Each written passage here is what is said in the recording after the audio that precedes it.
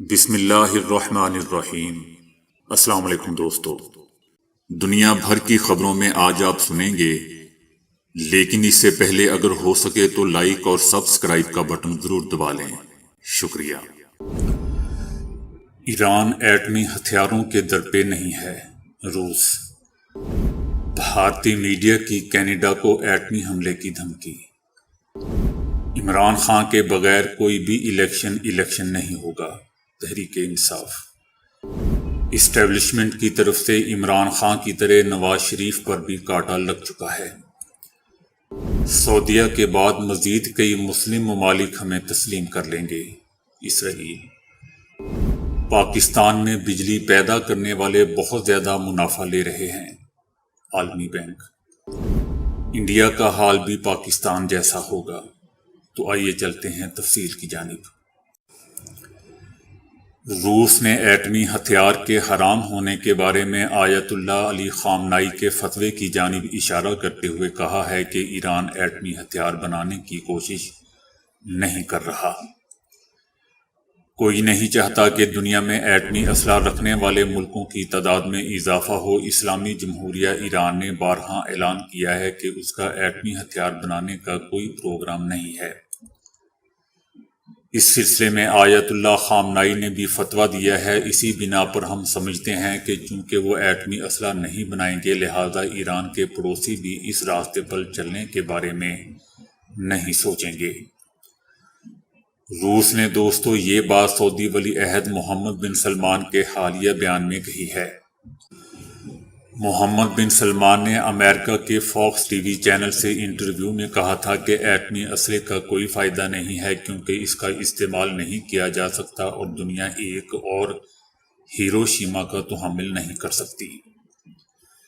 بن سلمان نے کہا کہ جو ملک بھی ایٹمی اسلحہ استعمال کرے گا اس کو دنیا کے سبھی ملکوں کے ساتھ جنگ کا سامنا ہوگا۔ سعودی عرب کے ولی عہد نے اسی کے ساتھ کہا تھا کہ اگر ایران نے ایٹمی اسلحے تک دسترسی حاصل کی تو ان کا ملک بھی ایٹمی اسلحہ حاصل کرے گا۔ دوسری طرف روسی وزارت دفاع نے یوکرین حملے کے حوالے سے ابتدائی طور پر کہا ہے کہ ایک فوجی مارا گیا ہے، تاہم بعد میں جاری کردہ بیان میں کہا گیا کہ اہلکار حملے کے بعد لاپتہ ہیں۔ حملہ کریمیا کی بندرگاہ کے قریب شہر سیواستوپول میں ہوا۔ یوکرین نے دعویٰ کیا ہے کہ کریمیا میں روس کے نیوی ہیڈ کوارٹر پر میزائل حملہ کیا گیا ہے، جس کے نتیجے میں اعلیٰ فوجی افسران سمیت درجنوں فوجی اہلکار مارے گئے ہیں۔ یوکرین کی طرف سے روسی نیوی ہیڈ کوارٹر پر حملے کے نتیجے میں درجنوں فوجی اہلکار اور اعلیٰ فوجی افسران کی موت کا دعویٰ کیا گیا ہے۔ روس کی جانب سے یوکرین پر حملے کے بعد سے کریمیا اکثر دوستوں یوکرین حملے کا نشانہ بنتا رہتا ہے۔ بھارتی میڈیا پر بی جے پی کے حمایتی اور ایک پروفیسر نے براہ راست نشریات میں کینیڈا کو ایٹمی جنگ کی دھمکی دے کر نام نہاد سیکولر اسٹیٹ اور امن پسند ملک ہونے کا دعویٰ خود ہی جھوٹا ثابت کر دیا۔ کینیڈا نے جب سے ہردیپ کیس میں بھارتی خفیہ ایجنسی را کے ملوث ہونے کے ٹھوس شواہد پیش کیے ہیں اور بھارتی سفیر کو ملک بدر کیا ہے، بھارت کو سمجھ نہیں آ رہی ہے کہ وہ اپنا دفاع کیسے کرے۔ ناکام سفارتکاری کے باعث مودی نے بھارتی میڈیا کو ٹاسک دے دیا ہے، جو جھوٹ پھیلانے کی صلاحیتوں سے مالا مال ہے۔ بھارتی میڈیا کس طرح اشتعال انگیزی کو ہوا دیتے ہیں اور معصوم شہریوں کو ورغلا کر تشدد پر اکساتے ہیں، اس کی مثالیں خود بھارتی میڈیا پر پیش ہونے والے عقل و دلیل سے عاری نظریات کے پرچاری ٹاک شوز میں سامنے آتی رہتی ہیں۔ ایسے ہی ایک ٹاک شو میں بھارت کے دنیا میں جنگ کے عزائم اس وقت بے نقاب ہو گئے جب کپل کمار نامی تجزیہ کار نے ہردیپ سنگھ کے کیس میں را کے ملوث ہونے کے ٹھوس شواہد کا جواب دینے کی بجائے الٹا ایٹمی جنگ کی دھمکی دے دی۔ بھارتی میڈیا نے سفارتی آداب اور صحافتی اصولوں کو رونتے ہوئے اس دھمکی کو براہ راست نشر ہونے دیا۔ یاد رہے دوستو، یہ وہی کپل کمار ہے جو اپنی مسلم دشمنی کے لیے شہرت رکھتے ہیں اور اقلیتوں کے خلاف معصوم ہندو شہریوں کو بھڑکانے کا کام بھی کرتے رہتے ہیں۔ نگراں وزیر اعظم کے عمران خان کے بغیر منصفانہ انتخابات کے حوالے سے بیان پر پاکستان تحریک انصاف نے شدید رد عمل کا اظہار کیا ہے۔ تحریک انصاف نے کہا ہے کہ نگراں وزیر اعظم کا بیان آئین اور جمہوریت اور ملکی مفادات کے خلاف ہے۔ تحریک انصاف پاکستان کی سب سے بڑی سیاسی جماعت اور عمران خان مقبول ترین سیاسی قائد ہیں۔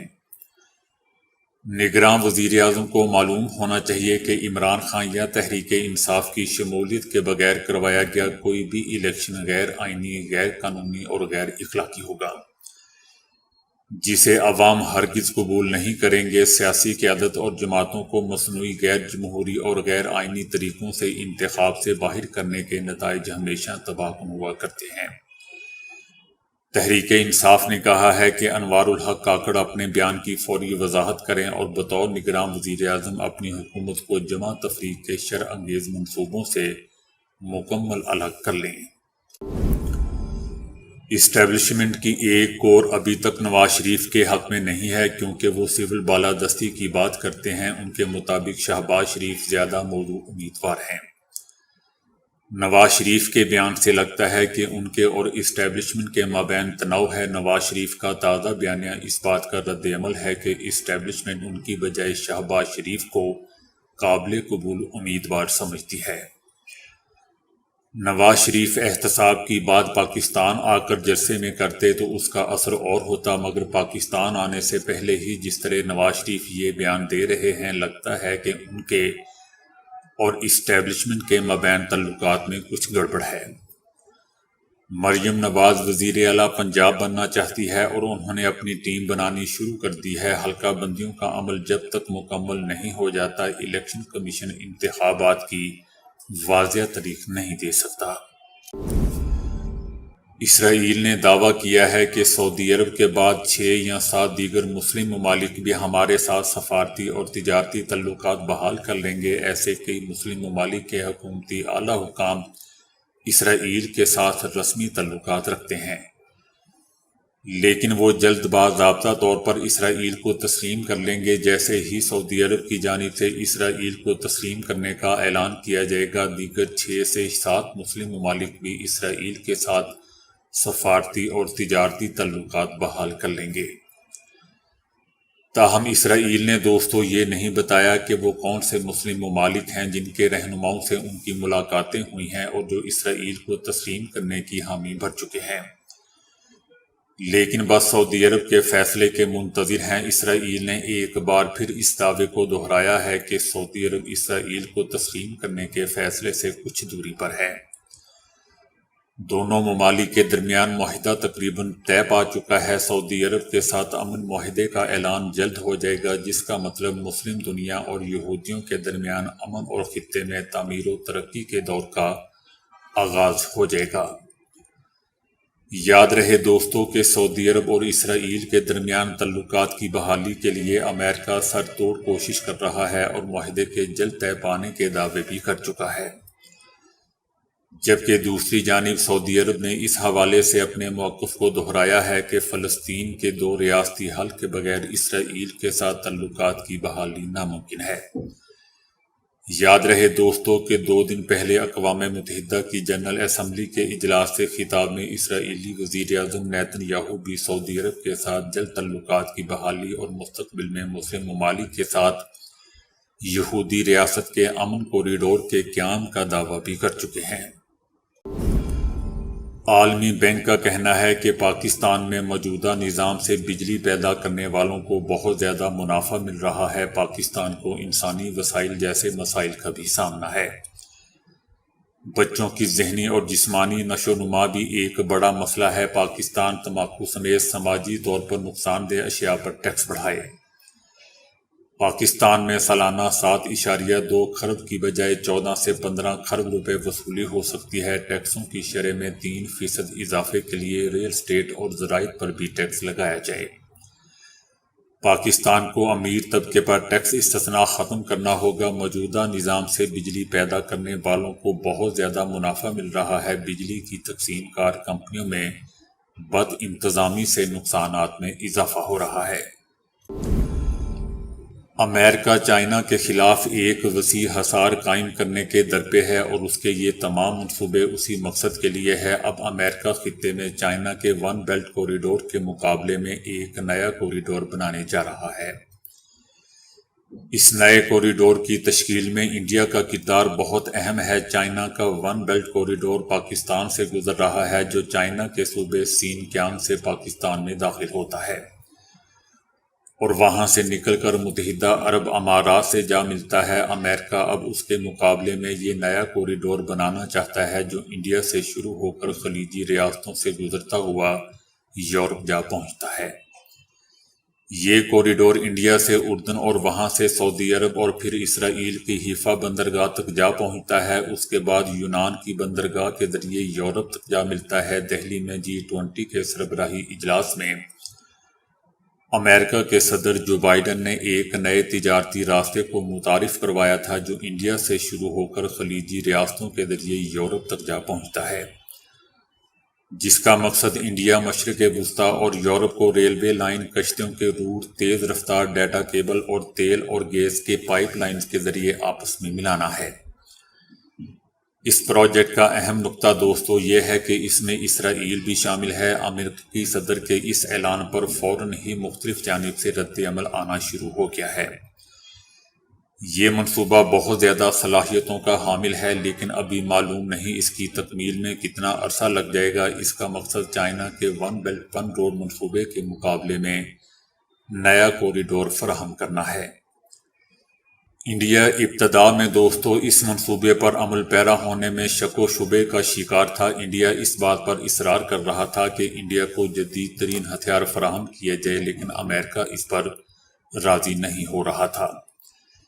جب انڈیا کے وزیر اعظم نریندر مودی نے 2 مہینے قبل امریکہ کا دورہ کیا تو اس وقت دونوں ممالک میں دفاعی اور ٹیکنالوجی کے شعبے میں ایک اہم معاہدہ طے پا گیا۔ اس معاہدے میں امریکی حکومت نے انڈیا کو اپنے ملک میں جیٹ طیارے اور ان کے انجن تیار کرنے کی اجازت دے دی۔ دنیا میں صرف دوستو 4 یا 5 ہی ایسے ممالک پائے جاتے ہیں جو جیٹ طیارے اور ان کے انجن تیار کرنے کی صلاحیت رکھتے ہیں۔ اصل مسئلہ امریکہ کی انڈیا سے متعلق پالیسی اور چین کو کنٹرول کرنے کی کوشش ہے۔ انڈیا اپنے وسیع رقبے، کثیر آبادی اور محل وقوع کے باعث امریکہ کی نظر میں چائنا کو کنٹرول کرنے کے لیے بہت زیادہ اہمیت کا حامل ہے۔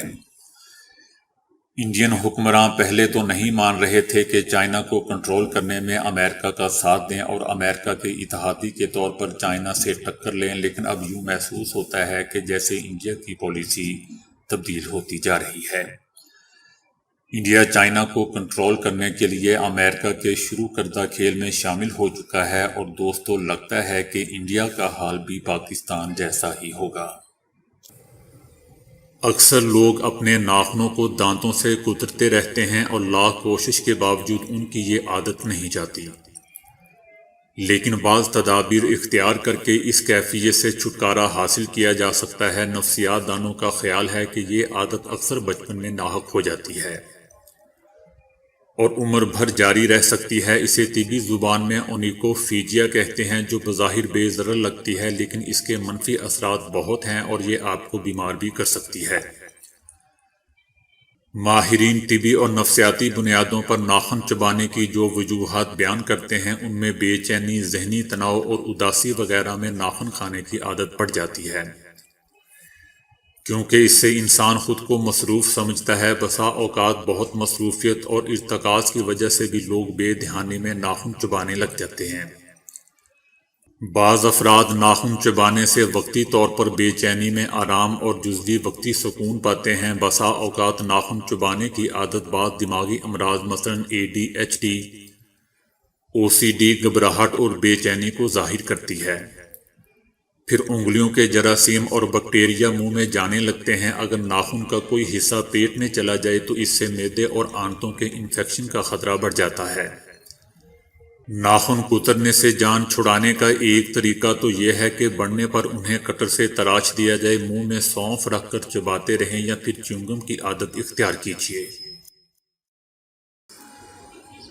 مصر کے شہر اسوان میں ایک عدالت کے جج نے خود پر 500 مصری پاؤنڈ کا جرمانہ عائد کر دیا۔ عدالت میں جسٹس محسن قلوب نے خود پر قانون کی خلاف ورزی کرنے پر 500 مصری پاؤنڈ کا جرمانہ عائد کر دیا۔ جسٹس محسن قلوب کے اس اقدام پر عدالت میں موجود دوسرے جج صاحبان، وکلاء اور عام شہری حیران رہ گئے۔ اس حوالے سے انہوں نے کہا کہ ایک مقدمے کی سماعت کے دوران ان کے موبائل فون کی گھنٹی بج اٹھی، جس کے نتیجے میں ان کی توجہ مقدمہ سے ہٹ گئی تھی۔ حالانکہ اس سے قبل ان کے ساتھی ججز اور وکلاء ان کو دوران سماعت فون بند رکھنے کی تاکید کرتے رہے تھے۔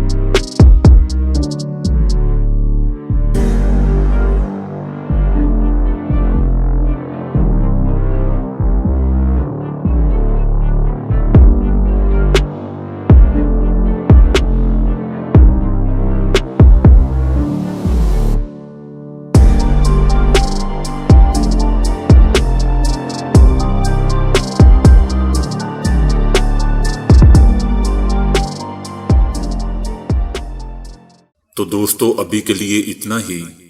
ویڈیو کو لائک اور شیئر کرنے کا بہت بہت شکریہ۔